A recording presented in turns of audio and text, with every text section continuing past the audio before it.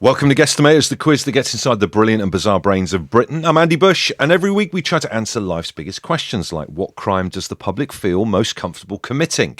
This week we're thrilled to be joined by comedian and online sensation Derek Mitchell. After growing up in Illinois, Derek moved to the UK via a stint in the Netherlands.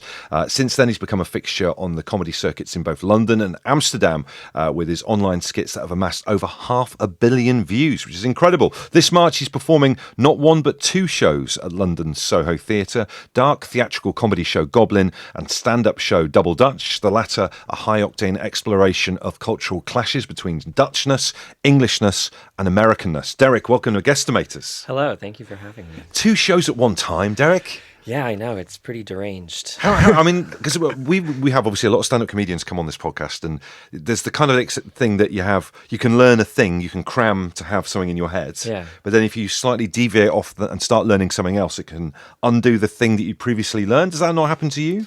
No, I've always just wanted to be Judi Dench, ultimately. That's always been my goal. And the repertory, like, theater companies of, like, the 60s and 70s, like, I always wanted that. It doesn't exist anymore because you can't really make any money making theater anymore. But yeah. This is my way of, like, being in a rep. Yeah, that's so good. Yeah. And tell us about Goblin, because I'm a big Lord of the Rings fan. Oh, and right. Dungeons and Dragons. Is it about that kind of thing? No, unfortunately not. I wish I could tell you it is. No, it's more about, like, an emo kid. Were any of you guys involved in emo culture in the 2000s? It's up to a point, yeah. Okay. Is that goth? Is it something to do with goth, or It's is like emo post-goth. Post-goth, kind of. okay. It's like a reaction almost to goth that was like poppier and lamer. Yeah. I think Is it goth, a fringe? A lot of fringes going on with emos. The curved, yeah, that sway across the eye. Yeah. Kind of. Yeah, that's emo, and like bands like Fall Out Boy and My Chemical Romance and stuff like that. Yeah. And I think it's about a teenager who then grows up and becomes a very disappointed adult. Disappointed adult. And then, the shows that you do, we just mentioned there in the Netherlands. Yeah. Do you do them in Dutch? No, I don't. No, but I do them in English. But I play around with like Dutch stuff. Yeah. And speaking of shows, you were in Ted Lasso. I was in Ted. I mean, blink and you miss me. But yeah, I was in Ted. It's Lasso. still good. I mean, yeah. what a phenomena that has been. What was it like Yes. being part of that? Fantastic. It was my first big kind of TV job, and I learned a lot just about by trying to stay out of everybody's way on that set for an entire day. But it was great, and I got to be there with Jason Sudeikis and Brendan He's a lovely Hunt. chap as well, isn't he? Yeah, brilliant. Like really brilliant. Like he started on SNL and then was like in movies, and he always plays kind of like a hunky guy, and then in Ted Lasso he's doing real character work, and he's the mastermind behind it, and you seeing him work was like fantastic because he's really brilliant. He's not in character the whole time he's on set, is he? He's not one of those kind of people. He's a pretty reserved person, I would say. Yeah. But it was, I mean, a set like that is also like there's a million things happening. So he was like in the zone. And Brendan Hunt, who plays Coach Beard, he's co-created it, and they know each other from Boom Chicago, which is a comedy theater in Amsterdam that I was a bartender at. Oh, wow. Where I decided I wanted to be a comedian. Oh, really? Yeah, and there's an amazing pedigree of people. Like Seth Meyers was in the cast there. Right. Jason Sudeikis, Jordan Peele, like insanely massive American comedy people were improvisers at this little comedy theater in Amsterdam. Wow. Oh, amazing! And then in terms of quizzing, Derek, what's your quizzing chops? Are you into it? You good? I'm good. I like it when I'm good. When I don't know, then I check out. But I'm excited about this. Yeah, I think you seem like a learned chap. I think you're going to be good. Well, I love getting in the minds of other people. Like I love, like in my show Double Dutch, I do a lot of accents. I like to do characters from other places, and I have spent just like decades of my life studying the English and studying Dutch people, and it's my favorite thing. I mean, before we get going, what would you say is the main difference between English people and Dutch people? Dutch people believe fundamentally that you must be honest at all costs and offer your opinion when even unsolicited. And it's best to give that opinion in a blisteringly unfiltered way. I think that English people believe that you must lie at all costs and conceal your true opinion because if you don't, you'll offend somebody and then you will die. Derek, I think you can do just fine on Guesstimators. Well, let's get quizzing with an update on how it all works from Statman Matt. Thanks, Bush. Welcome, Derek. So we've compiled a group of people from across the UK, and they represent a range of backgrounds, ages and interests, and we call them the Guestination. We ask the Guestination a series of questions to which there's no correct answer. Your job is quite simple. Work out what their most common answers were to said questions. and the questions are slightly mad, which you'll come to see very, very soon. Our listeners have been playing this quiz all week, but now it's you versus Bush. So it's a battle between the two of you. I'm the lowest common denominator, so don't worry about it. It's fine. And I'll take your answers, so fire them to me at the given moment. And this week's Guesstimators quiz is called Months, Middle Fingers and Melted Cheese. Okay. And round one this week is about as Guesstimators as it gets, because we simply ask the Guest Nation, what's the best and the worst way to cook cheese? What's the best and worst way to cook cheese? What is your view of cheese, Derek, before we get going on this? I love it. One of my favorite things about cheese is that when you go to the place where it's from, the best version of it is just available at the supermarket.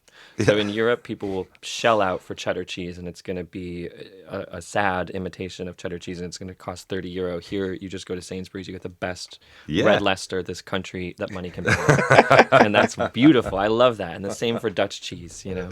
Yeah, they do have, they've got some good cheese over there, don't they? I like sharp, kind of hard cheeses. I like aged cheeses, or as the Dutch directly translated, old cheese. Old cheese. Yeah. Okay, so I think we've got a bit of good cheese action going on here. And I'm going to come with you for some very specific definitions of how to cook cheese, so stay tuned for that. But for question one, I want you to simply tell me, did more people say flame, i.e. ignite with alcohol like in the Greek dish saganaki, or fondue, which is where you combine it with wine and other liquids to create a smooth dipping sauce? So did more people say flame or fondue? Who's flaming cheese? Like, I mean... Not the English. We ain't flaming cheese. I think that would be bad for anxiety levels, actually. Leave that to the Greeks. I believe if there's any way they're going to be doing it, it's going to be by melting it. Yeah. I mean, like, you can't add, like, alcohol to, like, a cheese thing, though, can you? I mean... This is crazy. I mean, the fondue, I guess the cheese fondue was a big thing in the 80s where people dip stuff in, that's... And it's French, right? I think fondue. I think so, yeah. I believe that's the kind of thing that at that time people would be like, oh, they're doing it in France. So we'll give it a go. Do that at Christmas. That'll impress the cousins. Yeah, I mean, I don't know. What were you thinking in terms of people saying flame or fondue? I don't think that people would even think of flame. No. Well, they've been given the options, or they have been given the options. They've been given the options. I still don't think they would opt for that. I don't think people are doing that here. Igniting with alcohol. Yeah. If you're listening to this and you filled the quiz in and you ignite cheese with alcohol, you have a problem. Reach out to me. I want to meet you. Honestly. Crazy. These crazy guys. So I'm going to go fondue. What are you saying, Derek? Yeah, we're going fondue. This is crazy. I'll take fondue for both of you. Yeah, I think it was really... fondue was popular in the 80s, wasn't it? It's very Abigail's party, isn't it? And then chocolate fondues became a thing. Oh, yeah. Weddings, you get like a strawberry to dip in some chocolate. What did I do a thing on the show where I like the idea of like a chocolate fountain. Because, a chocolate fountain is kind of a similar thing. Yeah. But you can put other stuff in chocolate fountains. But I think like cheese sauce and everything like that as well. I mean, can you do that? Gravy. Have gravy. Like gravy and Yorkshire puddings. Yeah, that's a good idea. Imagine that. I'd go to a roast where you could just dip everything in gravy. Yeah, the Harvester, if you're listening, give it a try. Okay, great. Question 2 and 3, I'll give you these together. I simply want you to tell me what was the most common answer and what was the second most common answer. And I'll give you half points if you say one in the wrong position. Right, but there's 5, I'm going to give you 5 options here. Option 1, bake, like in casseroles or like lasagna. Right. Broil. Now that's an American thing, isn't it? Which is, it's a bubbly browned top layer that you see in like gratins or French onion soup. Yeah, okay. Picture that. Fry, simply like mozzarella sticks. Or you could obviously deep fry them as well. Grill, so like halloumi, or in like a grilled sandwich. Right. Or melt in quesadillas. Am I saying that right? Or on pizza toppings. I appreciate there is crossover between some of those, which is why I've done the definitions before. People on Twitter start coming at me. Chaos. Yeah, it's going to be... how did people get in touch with you directly, Matt, just so we don't get a load of stickers? At Matty Cutler. At Matty Cutler, if you're on X. Broil, Derek, is this a format you're familiar with from the United States? I think that's a setting on ovens. So am I right in saying, this is a complete tangent, that in American homes they don't have kettles? No. They have a stovetop kettle because it's like a decorative element. Really? Because it's like quaint and reminds them, I think, of I don't know, like prairie days.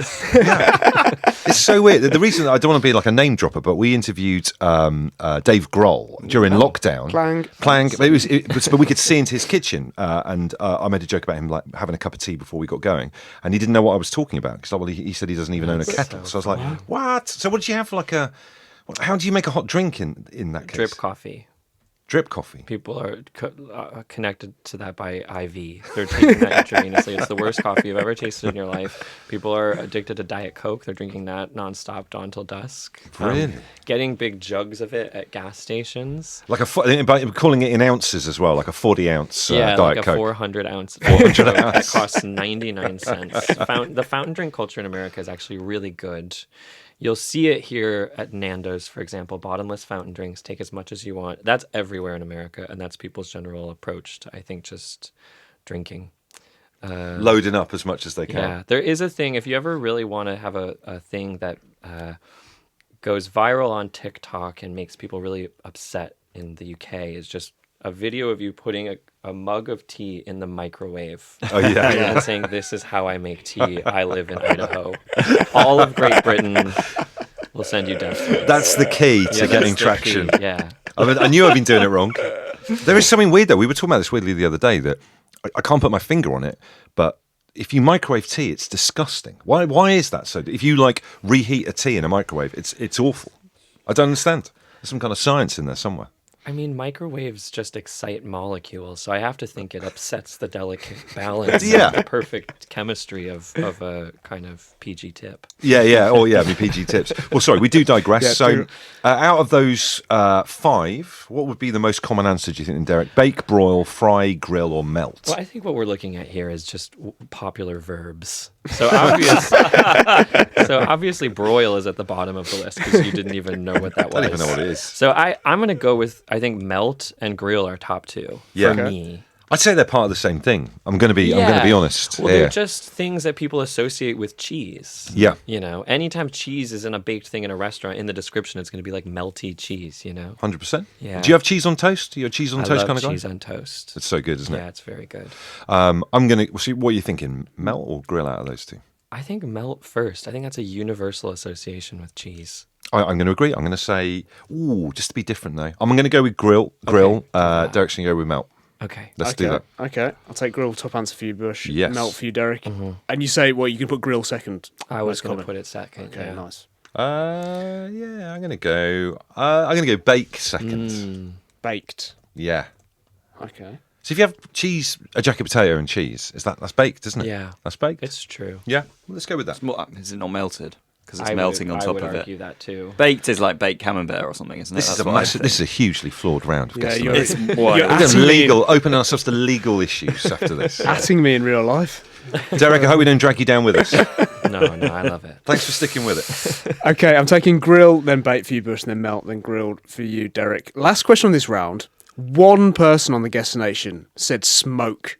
That's the best way to cook cheese, to smoke it, which you do with semi-hard cheeses like cheddar or Gouda to get a smoky flavour. Apparently. I've never done it myself. What did this person say the best way to cook eggs is? This was a question we did last week. Did they say boiled, fried, poached, scotch, or scrambled? So the person who smokes cheese, what do they think the best way to cook eggs is? Smoking a cheese. I mean, I believe the person who said this was Shrek. I think it's somebody living in a cabin in the woods. So in the mind of that person, somebody living on like a moor, how are they preparing their eggs? I think fried. Yeah.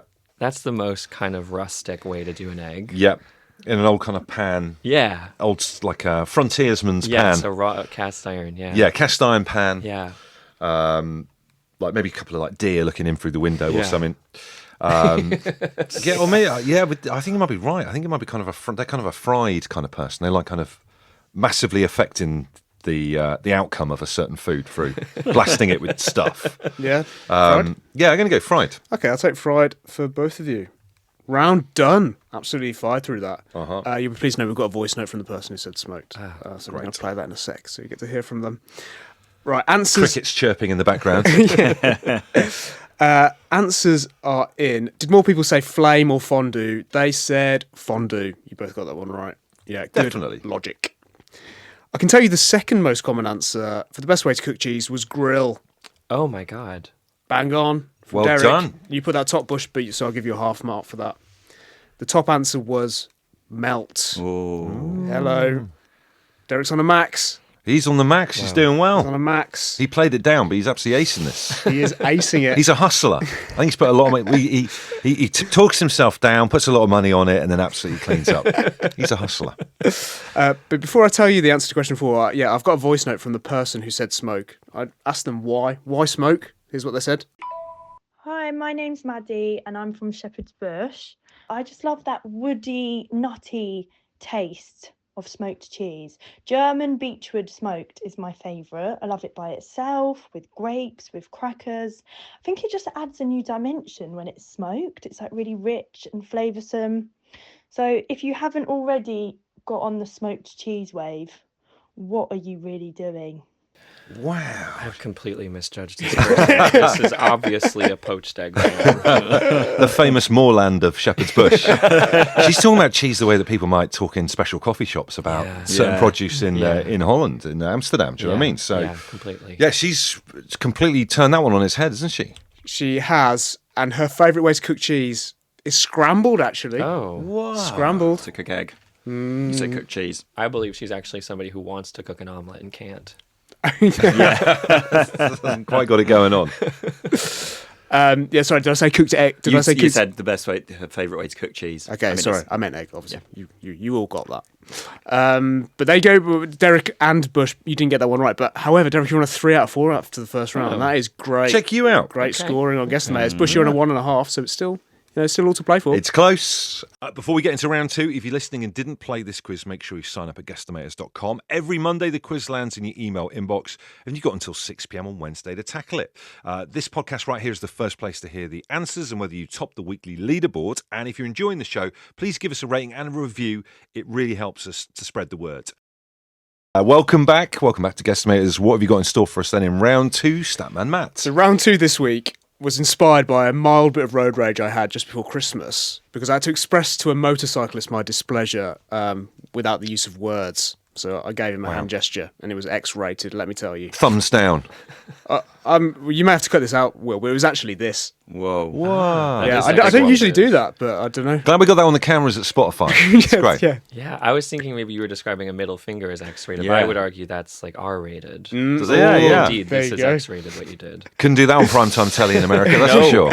No, absolutely not. But anyway, I thought it would be good to ask the Guess Nation which hand gesture they thought was the most useful and which was the least useful. Most useful and least useful hand gestures. In an argument or just in general? In general.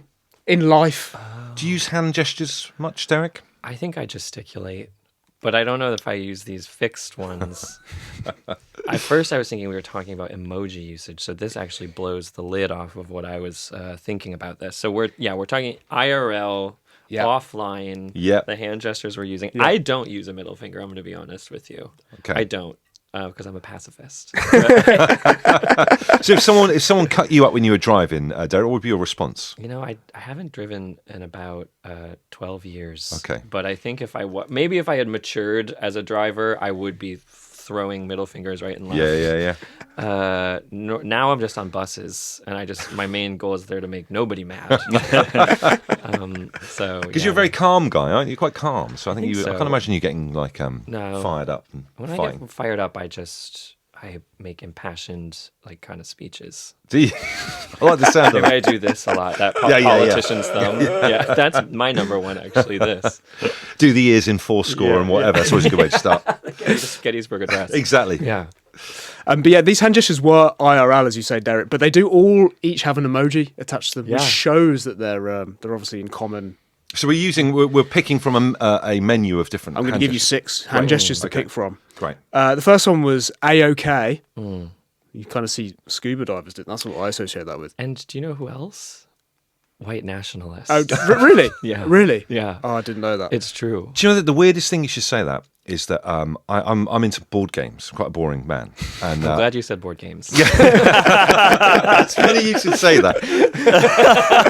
You see my torch and hood just out the front of the office. But there was a rumour that this board game got cancelled because they thought the frog on the front of it, because it was a board game about wildlife, they thought the frog was doing a white nationalist. Really? Like a hand signal. Board game for families. Oh no, it's so weird. And they cancelled it, and it got a load of really bad press. But the guy ended up having to he found the actual photograph that had been copied from, and it was just the frog's normal kind of position. Right. But they thought it was doing, like, he was sneaking in a white nationalist hand gesture in there. Very, very strange. Yeah. That's crazy. Anyway, so I didn't realise. I did not know that was I didn't know that a either. white I was nationalist thinking thing. scuba. I've obviously lived a sheltered life. Well, I think scuba diving. Well, I guess this is a political temperature check. Actually, Yeah. that we're about to do. And sorry, Matt, it's not A-OK. I knew to say that. Sorry, Derek, I'm so sorry about this. Right, so A-OK was one. Middle finger was the other one. I'm just doing that to the camera. Great. Rock horns. That one. I'm not sure about that. Thumbs up. Great. Yeah. V sign, but that way round. So swearing. Not the Churchill So not one. Churchill. Two fingers. Social Specifically. / just like gay teenager. Yeah,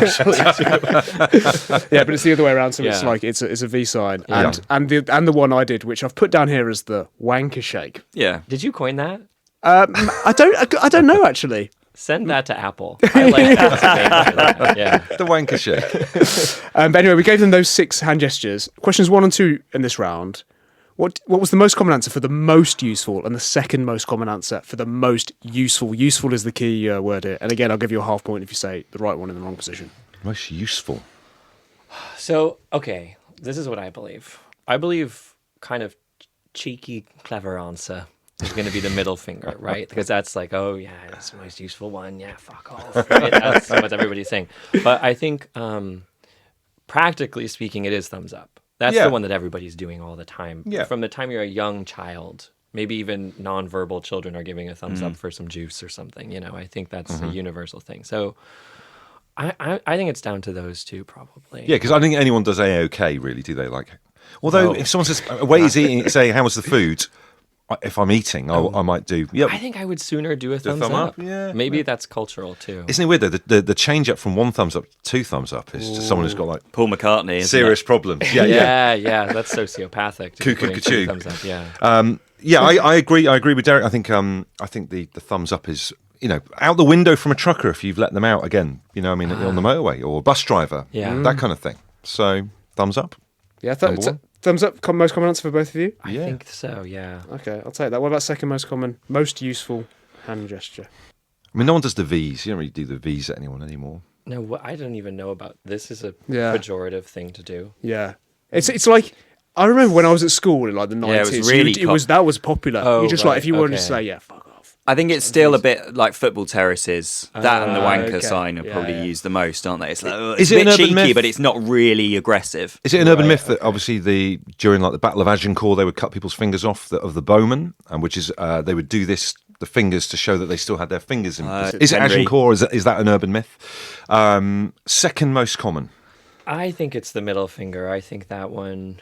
I think everybody will have thought it was at least funny to say that that's a useful hand gesture. Yeah, or the wind up middle finger where you do that really slowly is a good one yes. as well. That's classic. Yeah, That's very throw that in if you know a bit of an icebreaker at a meeting that's struggling a little bit at work.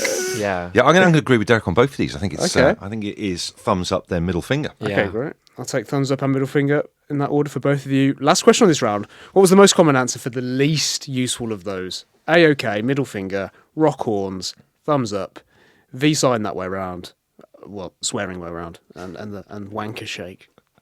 You lit up when he did the rock horns at you there. Derek. Yeah, I think I like that, but I think I like it ironically. I actually think it's one of those cultural signs whose meaning has done a full 180, where it's like, now if you're flashing this at people earnestly, you're a virgin. I really think that's what that's communicating. That's true. It's true. So yeah, I think probably out of pride, people would say that's the least useful one. But I like it because like to go like that, like rock horn. It's like kind of funny to do. Yeah. So you're gonna go for rock I'm gonna horns? go rock horns. Rock horns. Rock horns. I don't know. Maybe the wanker shake thing. Least useful. Yeah. Yeah. Would you never do that? No, not really. I don't think so. No. don't think I'd do that to someone. I would just go middle finger or old-fashioned skulls versus Scotland. Oh, wow. Have you ever come across that one? Yeah. Yeah. That one, I felt like that was in a lot of like teen movies in the 2000s. I feel like people would do that. Yeah. I mean, if you're listening at home, we're doing the bit where you fulcrum your right arm around your outstretched left arm, putting it towards your chin. Yeah. I feel like the goths would do that a lot, actually, Yeah. in movies when like the cool kids would bully them. I just did this again. You can't stop doing it. automatically, So, yeah. That one is so rubbish. Yeah. It's so rubbish. Yeah. The fulcrum, as you described The it. fulcrum. Let's call it the fulcrum. The fulcrum. Yeah. The wanker shake and the fulcrum. Okay, great. Answers are in. The second most common answer was middle finger, which you both got right. Boom. Both got that one right. And the most common answer was the thumbs up. Bang on for both of you. We've aced it, Derek. Great. There's no two ways about it. Great work. However, the least useful, most common answer for the least useful was rock horns. Derek. Max for Derek on this round. Derek is the everyman.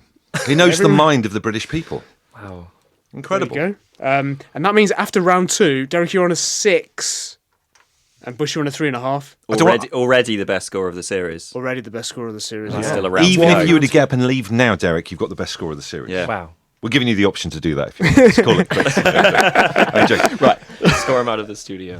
So, I mean, that's very. I said I had a question to ask you about Amsterdam to do with boats and so on. One thing I noticed when we were walking around Amsterdam, because you spend your time between England and Amsterdam. Yeah. We noticed a lot of boats in the river with cars on top of them, like a car on the roof of a boat. Oh. How does that work? What's all that about? Where did you see this? It's sort of just like on the river, up and down the river. But I don't know. I tried to take a few photos of it, but I don't know about this. could you find out when next time you go back? I can look into it. I mean, listen, did they get they're the very car on there? inventive, and the Dutch. I mean, the Netherlands was just pulled out of the sea by some like peasants 1,000 years ago. I mean, their ingenuity is like off the charts. It's like in the stratosphere how good they are at being like, oh, so we have nowhere to put our car? Okay, we will put it on a boat. And they just have it, they do it. And then you're like, that's so impressive. And they're like, no, it was not. It was quite easy. That's how Dutch people are. So it doesn't surprise me. If you tell me that's a thing that happens, I believe it. And it wasn't just one or two. There was loads of cars on Right. boats. So if you're Was it listening like to a this, and you know- parking solution kind it of? might be, but I didn't know how the car got off the boat. You couldn't work it out. It was literally just on these kind of like quite big houseboats. Houseboats. With a wow. tiny little car on top of it. Very, very bizarre. They love a tiny car. It was over very there as tiny well. cars. Yeah. So, but yeah, the tram system good there as well, isn't it? Wish they had Yeah. trams here in London or something. That'd be good, Yeah. wouldn't it? They can't really dig underground there much because of the canals. Oh, 'cause I it's see. a marsh that's below sea level. Yeah. So there's one little metro. But you do have the trams in, where are they? In London, around like... Croydon. yeah, south. south. Not quite the same vibe No. as Amsterdam going around A Croydon. very different Totally kind different of tram vibe. energy. Cars upside down rather than on boats. Let's talk about your shows very quickly then at the Soho Theatre. So we mentioned this at the start of the podcast. You've got two shows going on there. Yeah. So Goblin, just give us a little update on that then. So it's a... Goblin's it's like a one-person show. It's funny. It's very dark, actually, and it's about growing up and the kind of disappointments and frustrations that happen along the way. And it's a kind of ode to millennial Gen X aging. But it's like funny, but it's also intense. And I was working on this longer than I was working on Double Dutch stuff. And then I got the opportunity to do Double Dutch, which is more of like a stand-up show with a lot of characters and sketches. But Goblin is like this kind of the strange sister that I'm so proud of, and I really want people to come and see it. And but it's a weirder show for sure. Okay, and then you mentioned with Double Dutch, it's this kind of clash between Dutchness, Englishness, and Americanness. If you were forced to choose one of the three to be for the rest of your life, which one would you go for out of those three? Dutch, English, or American?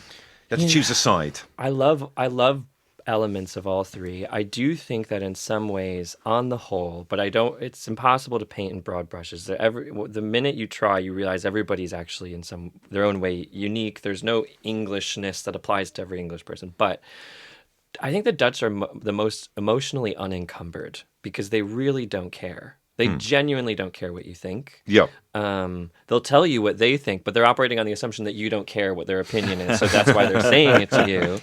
And if you're mad at them, they need you to tell them, because it hasn't occurred to them. And if you didn't say it, then why should I? Like the extent to which Anglophone people, Americans and English in their own way, and the extent to which we're doing this pageantry of coded meanings, layers upon layers of cues and things that you're supposed to pick up on. Dutch people are exhausted by this. They go back to the Low Countries, they eat a brick of cheese and drink a beer and say, I don't like it here. And everybody's like, great, I agree. It sounds like a much more simple kind of life, It's really. a simple life, yeah. I mean, the English impulse to be like, you went to Guildhall, you're a concert pianist, and you're at somebody's house, there's a piano, somebody's like, play the piano, you're like, I can barely read music, I don't really know how to, I'm shit, but you're begging them to let you play the piano. That's confounding to Dutch people. Americans come in, they kick down the door, they say, I am a genius. I am the best pianist who's ever lived. They play the piano. It's fine. When the English are like, yeah, it was quite good. The American has a mental breakdown. They feel so attacked. They run out of the house. The Dutch person is exhausted by all of this. Superb. Well, listen, make sure you go and check out those shows. And you can go see them now, right? Goblin and Double Dutch, both out. The second week of March. Fantastic. Okay, well, make sure you get tickets for that at the Soho Theatre.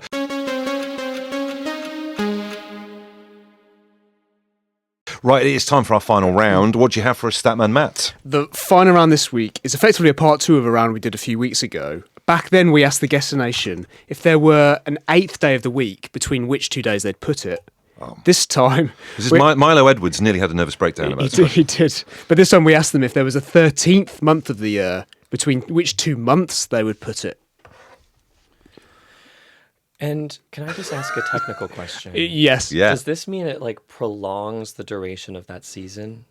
That's a good point. Or would you divide the 365 days, rejig the calendar? That's a good point. Partly so I don't have to answer questions like that. We gave them no context. Okay. So you have to take that into consideration. Some people would take this very seriously. They'd be like, oh, okay, that's great. We've got an extra month of our lives. Yeah. Some people would think this is, conceptually madness. I don't think in 2025 anybody is excited about the fact of another month. That's a good point. So, I mean, I guess the first question is where to put it. Is that, that is the only question, that we asked them. I'll ease you in with question 1 on this round. Right. I want you to tell me what brackets Northern Hemisphere season, close brackets, received the least amount of answers. So, bear in mind, this is the British public. In what season were the least amount of answers? So the Falklands are not. We actually no. But if you're listening from the Falklands, I would love to have you on our sample. Okay. I believe. Okay, so to get into the mind of somebody who's answering this question, I believe the assumption means that season becomes longer. Yeah. So then I think it has to be winter, obviously, right? Yeah. What in terms of they don't want it? They don't want it to be longer. Yeah, absolutely. Yeah. Yeah, you want extra summer. People love Christmas though. I know, but not an extra, double January. A month of it. Christmas is the threshold of winter. And then once you're over that threshold, you're in for a long, slow, painful spiral into madness. It's freezing cold. I mean, round Chicago way must have been bloody cold though, right? God. Yeah, I mean, and it's gotten worse in my lifetime, for sure. And the lakes, the Great Lakes there are like seas. They're so big. They have tides. And so there are these weather systems that come over them. But I mean, nowadays in the winter, you'll have a window that they call the polar vortex. Oh, my word. And there are health advisories that you shouldn't be outside for longer than 15 minutes because you'll get hypothermia and die. That is proper cold. If you're moaning about British cold, obviously, Derek originally from Illinois, that's proper cold. It's proper cold. Okay, so are we saying summer? Winter for the least. Least. Which got the least amount of answers? Yes, winter, 100% winter. Yeah, okay, I'll take winter for both of you. Sorry, we've gone to we on this like an elderly couple filling out a form for going on holiday together. You're just cribbing because Derek's so good though. Hang on his coattails. We see you. Thanks, Will. I'll give you questions 2 and 3 on this round, and then we've got a tiebreaker. What was the most common answer, and what was the second most common answer? Again, I'll give you half points if you say them in the wrong position. So I'm looking for between which 2 months they're going to put this extra 13th month. Most common answer and second most common answer. I mean, extra summer and all that. Surely it's got to be around those. It has to be in the summer. Yeah. Between July and August, maybe? Yeah, that's exactly what I was going to say. See, we're together on this. Yeah, because I think September already has a strong summer identity. It's the end of summer, but people still quite like it. People aren't going to mess around with that. August is like holiday season. Yeah. July is like the ramp up to that. So everybody's going to want to be extending that period of excitement and anticipation. 100%? Yeah. Yeah. Bit more of a run up to August. Yeah. Fine. I'll take July and August. Top answer for both of you in that case. What about second most common? Okay, here's what I believe. I believe that, so we're down to, well, I guess it could be that the second is like between August and September, right? So we're not necessarily talking about a different season, Okay. right? That's the hard part. That is Because the I don't hard think part. anybody's putting anything in the springtime. I think there's a lot of romance about the spring, but at the end of the day, the spring is about when is summer coming. Bring it on. People are like happy that it's not winter anymore, but nobody's like, this is the best season of the year. I don't think anybody thinks that. I think there are kind of like fall girls, autumn girls, kind of pumpkin spice. So I believe there's somebody who says put a month between September and October. Oh, that's a good shout. I'm not going to go the same as Derek again because that would be weird if I just completely copied it. But he has got a good point there. When would there be a good extra? I still think the summer, around that kind of warm thing. Do you know what I mean? But maybe between May and June. May and June? May, June. Yeah. Between May and June. I find it very difficult. I don't understand seasons. I've never understood seasons. You talk about spring there, and I was laughing along, but I don't fully understand what you lot are talking about. Like in a neurological sense. It's it's not I don't recognise it and I refuse to go along with it. I just don't understand it. Okay. It's a neurological thing. You have dyslexia. That's what it is. I'm going to put that on my LinkedIn. All right, Bush, I'm taking May, June. I'm an advocate for season lexical lexia people. I can't even say it. Yeah. What do you reckon, Derek? Second most common answer. Well, I think. Oh God. Wait. So what did you say? Sorry. I said between May and June. Didn't you just? I'm sure Derek just answered though. Oh, sorry, did you? I think I'm going to go. Yeah, between September and October is what I said. Right. September and October. Okay, great. Tiebreaker. Obviously, there were 12 options. How many of those options weren't said by anyone? How many Wait. combos of? Yeah, months? how many combos were said by absolutely zero people on the guest This nation? is geometry, actually. This is trigonometry that we're doing right now. Yeah, because you have to work out how many potential. We're not talking about months. We're talking about the spaces in between them. Yeah. That's like exactly. That's physics. that is physics. Like a wormhole between 2 months. There's about 100 people on the guest nation, if that helps. Okay. But there was a number of these options was said by no one. How many of them? How many of the 12? How many gaps are there between the months? Okay, No one no- wants more time between January and February. Yeah, that's like a certain. So let's just start at the top of the year. So the space, December, January, nobody's adding anything there. January and February, nobody's adding anything. February and March, no. March and April, rain. Yeah. Rain, go away. April and May, maybe. Some weirdo that was a good idea. So, and then through the summer, May, June, July, August, September, October, November, December, maybe like a Christmas fan added that because that's like the Christmas cheer. I'm going to say 6. 6? Yeah. Okay, I'll take 6 for you, Derek. I'm going to go 4. 4. 4. Let's be decisive. Okay, great. Lovely. That round is done. Okay, answers are in. What season received the least amount of answers? It was winter. You both nailed that. Yeah. The most common answer was between July and August. Yes. You both We got that. got that one right. Yeah, we need to go on like a game show together. Yeah. Pointless as a duo. That'd be great. That would be great. Yeah, it would be good. The second most common answer was between June and July. You got it. Did I? No, you said May and June. You both got that one wrong, unfortunately. I'm so close. Close. And of the 12 options, this is the tiebreaker. How many weren't said by anyone? There are actually only 3 Oh, were but not you were said by close. anyone. Yeah, you were close to that. Yeah. Those 3, nobody said between February and March. So actually, people said between both December and January and between January and Sociopaths. February. Yeah, absolutely not. Insane. But no one said between February and March. No one said between March and April. And no one said between October and November. Yeah, okay, that kind of makes sense. So there you go. That kind of makes sense. Yeah. Good maths there from you, Derek. I like you working that out. That was good. But that means you both got two on that round. Bush, you ended on a 5.5. Derek, you ended on an 8. My lord. That is the best score any of our guests have ever got on Guesstimators. Ever. Wow. Ever. Not even Really? just the series, but Record ever. breaker. That is incredible. That highest Wow. ever. Can we Yeah. get him like a golden coat that he wears? I think now? that's like we've done over Nearly a year and a half. Yeah, and probably 60. My Yeah, that's God. really. So that Suze Kempner has been defeated. Was she like the She on? got She was 7. yeah, She she got was the 7. Series 2 champion. Yeah. Yeah, and then the Series 1 was like a 6.5. 6.5. Yeah. Wow. Okay. And Wow. 8. That's great to hear. Can you add this onto your posters? You want I'll to put put that it in? on the poster. Please put it on the my poster. next Edinburgh poster. We'll get some stickers made for you. It also means you're the recipient of a very special. Actually, we would have given this Oh my to you even goodness. if you'd lost. Okay. Not to. How to build up the diminish moment the- there. That's great.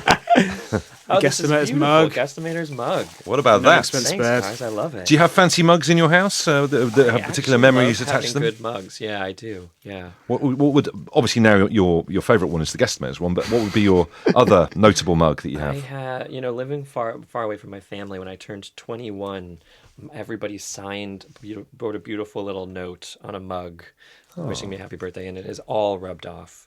It looks like the Rosetta Stone now, honestly, which they'll piece together to understand my family dynamics 1,000 years from now. Well, we love that. Thank you for listening. Thank you to our celebrity guest, the brilliant Derek Mitchell. Make sure you stay on to the end of this podcast to hear Statman Matt reveal who topped the leaderboard this week. And we love hearing from you, so please let us know how you did on socials and with a voice note. And as ever, the voice note number is 07 457 404 279. You've been listening to Guesstimators, and we'll see you next time.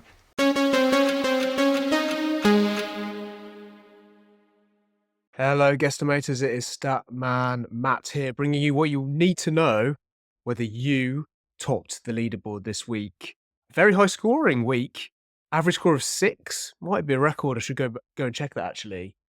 But on the top of the leaderboard, somebody got a 10. Again, that's 2 10s in 3 weeks.